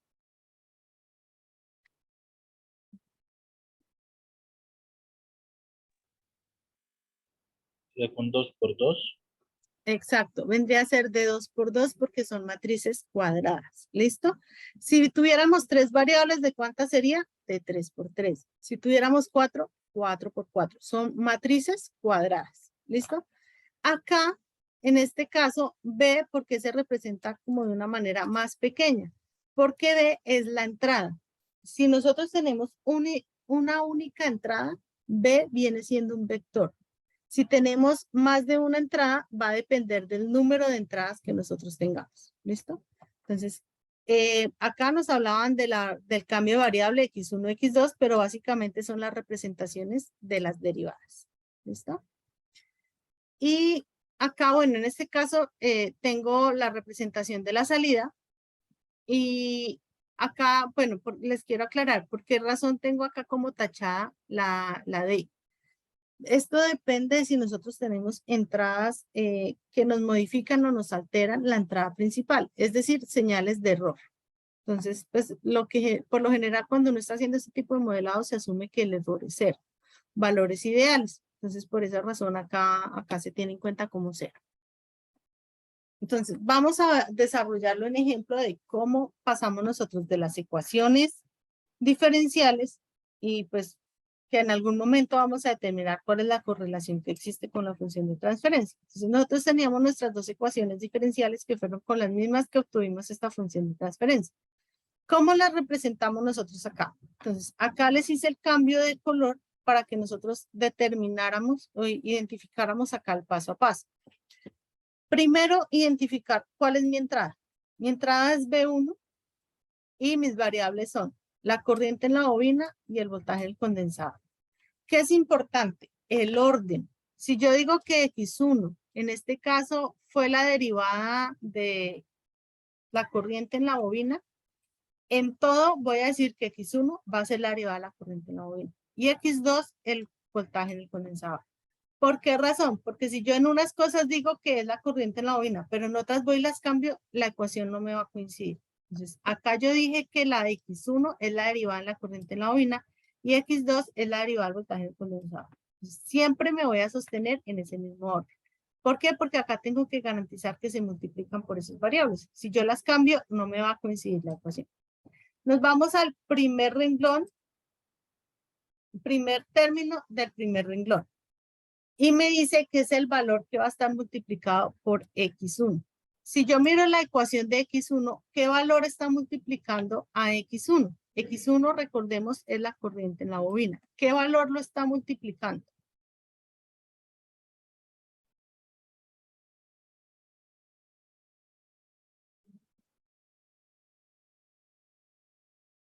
-3.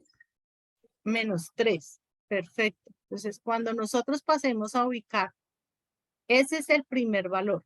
En el segundo término del primer renglón, debo irme con el que está multiplicando a la variable X2. ¿Qué término está multiplicando a la variable X2? Medio. Un medio. Un medio, que es el que ya ubicamos acá. Y ahora nos vamos a analizar el vector B, que es la entrada. ¿Qué término en la ecuación de X1 punto está multiplicando la entrada? Un medio. Un medio. Y ese es el valor que ya ubiqué. Entonces, todo el primer renglón lo tomo en cuenta en base a lo que tengo en lo que yo dije que era la ecuación 1. Por lo tanto, en la ecuación 2, ¿qué término debo ubicar en el primer dato del renglón 2? Coeficiente de la ¿Tercio? bobina. Un Un tercio. tercio. Un tercio, el que está multiplicando la corriente en la bobina. Por lo tanto, en el segundo debe ir ¿qué valor? -1/9. Menos un noveno. Y ahora la pregunta acá, ¿qué término iría? Hasta este punto nosotros teníamos solamente dos términos en la ecuación, ¿cierto? Nosotros no teníamos nada que multiplicara a U de T, pero yo no puedo dejar un espacio en blanco. Si no tengo nada acá multiplicando a U de T, es como si tuviera un 0. ¿Por qué? Porque ya sabemos que el 0 anula. Por lo tanto, este último término tiene que ir multiplicado por 0. Yo no puedo dejar una matriz con un espacio en blanco. Por eso se agrega 0 por B1, porque aunque no la está multiplicando, sí existe algo que es el 0. ¿Listo? Y esta es la ecuación de estado de mi sistema. Ahora me voy con la salida. Acá, importante que tengamos claro cuando me dicen su salida es tal variable. ¿Por qué? Porque yo no tengo una ecuación que me diga la salida es esta ecuación. Sino me dicen la salida es, en este caso, el voltaje del condensador. Nosotros veníamos con tres variables. Corriente en la bobina, voltaje del condensador y la señal de entrada, ¿cierto? Me dicen su salida es el voltaje del condensador. Es decir, es la única que yo tengo en cuenta. Las otras están multiplicadas por 0. Por lo tanto, me queda 0 por la corriente en la bobina, 1 por el voltaje del condensador y 0 por la entrada. Vuelvo y le repito. ¿Por qué? Porque me dicen su salida es el voltaje del condensador. ¿Qué dato iría acá si me dicen su salida es 3 veces el voltaje del condensador? ¿Iría 1 o qué número iría?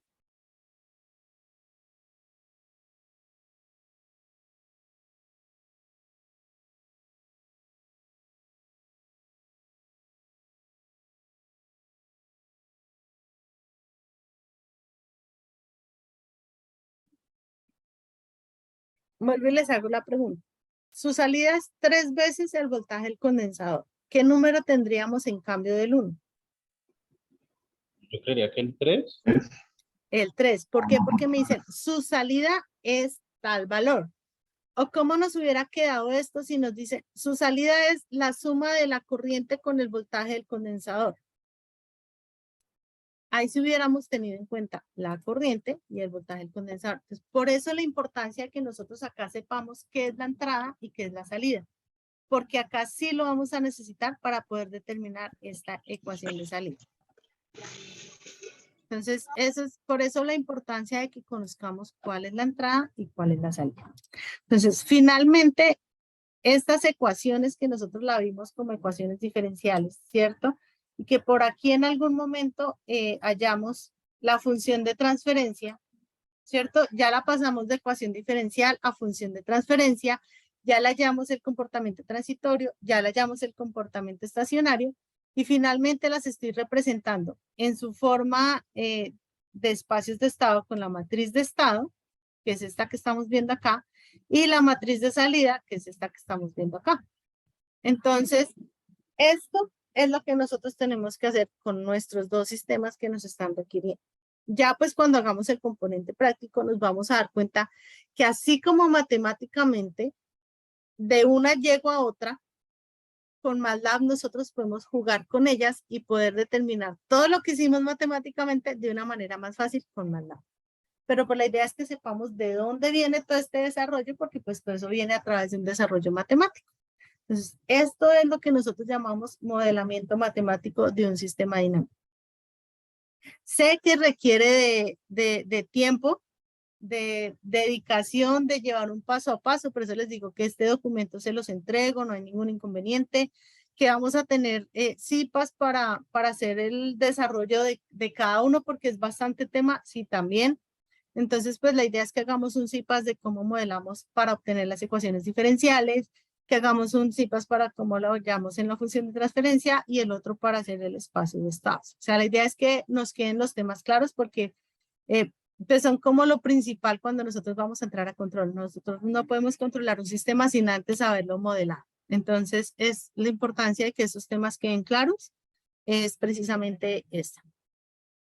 Entonces, pues, no sé si alguien tenga alguna pregunta hasta el momento, bueno, seguramente todas, pero pues la invitación es que a que empecemos a desarrollar estas actividades de la guía, que empecemos a modelar los ejemplos los problemas, perdón, que nos plantean en el anexo 2 para que vayamos desarrollando y viendo qué inconvenientes se nos van presentando. Entonces, no sé si alguien tenga alguna pregunta por el momento.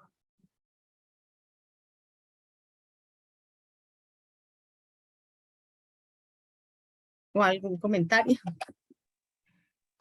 No, profe, todo claro, profe. Le recomiendo la grabación para los compañeros. Sí, no, ahorita pues queda convirtiendo, a lo que finalicemos empieza a convertir el video y mañana en la mañana les comparto la grabación y este documento que usamos. En el chat acabo de dejar el enlace de la asistencia para que registremos allí la asistencia, por favor. Igual el documento, así como hicimos con la web anterior, les entrego la grabación y el documento tanto en el foro de noticias, en el correo interno del aula, en el grupo de Skype que tenemos, y los tutores todo lo vamos a cargar en el foro para que pues tengamos acceso a esta información. Doctora, una consulta. Dime. ¿En el sistema eléctrico la fuente va a tener algún valor o solo se va a tomar como una constante? ¿La entrada? Sí, la entrada o sí, la fuente. No, solamente la vamos a tener así como aparece acá, UDT. Entonces, en el análisis se va a llamar B1, Sí. pero cuando hagamos el cambio de variable para la transformada se va a llamar U. No, no Ok. le vamos a reemplazar por ningún valor por ahora. Los únicos datos que le damos valor son las resistencias, Y con R1, esto. R2 y capacitancia 1 y capacitancia 2. Listo, vale. Vale, y lo mismo en el sistema masa resorte, la entrada se va a llamar F1. Por eso acá F1 no tiene ningún reemplazo, ningún valor, sino se va a llamar F1. Listo. Vale. Bueno, no sé Tutora, si. Sí, señor. Aló. no, pues por A mi mí lo que me parte parece llegué. complicado. Aló, ¿me Sigue. escucha? Juan Pablo y ahorita seguimos con Wilson. Lo que me parece complicado, profesora, es el trabajo y coordinación en grupo para el desarrollo de este trabajo, porque es bastante trabajo y como se ha visto, eh, coordinar los grupos, donde hay compañeros que en la última semana empiezan a presentar aportes, me parece muy difícil. No sé qué otras opciones haya de hacer este trabajo, si se puede hacer individual o si se puede hacer en grupos, pero teniendo en cuenta no el grupo que nos tocó, sino eh, participantes de otros grupos, ¿no? Bueno, pues el tema es que, pues como el ejercicio nos pide que unos datos dependen del grupo colaborativo al que pertenecemos, entonces va a ser muy complejo que trabajemos con otros compañeros de otros grupos.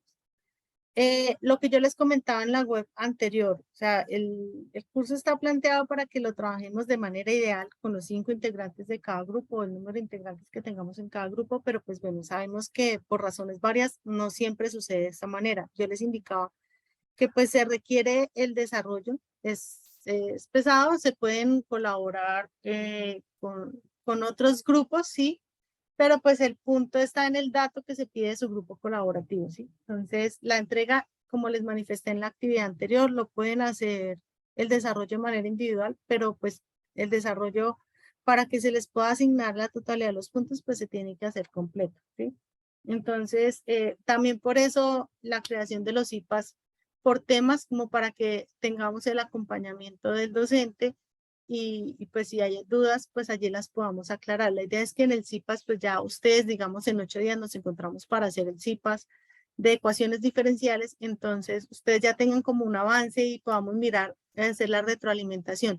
Vengo hasta este punto, pero no sé, acá no sé si el desarrollo va bien, o no sé cómo hago el cambio de variable, no sé cómo le aplico acá una ecuación. Sí, o sea, que la idea es que en el CIPAS lo trabajemos de esa manera que es que interactuemos docente-estudiante, no sea como en la web que el tutor es el que está haciendo la explicación y él es el que lleva el desarrollo, sino que sea retroalimentado entre todos.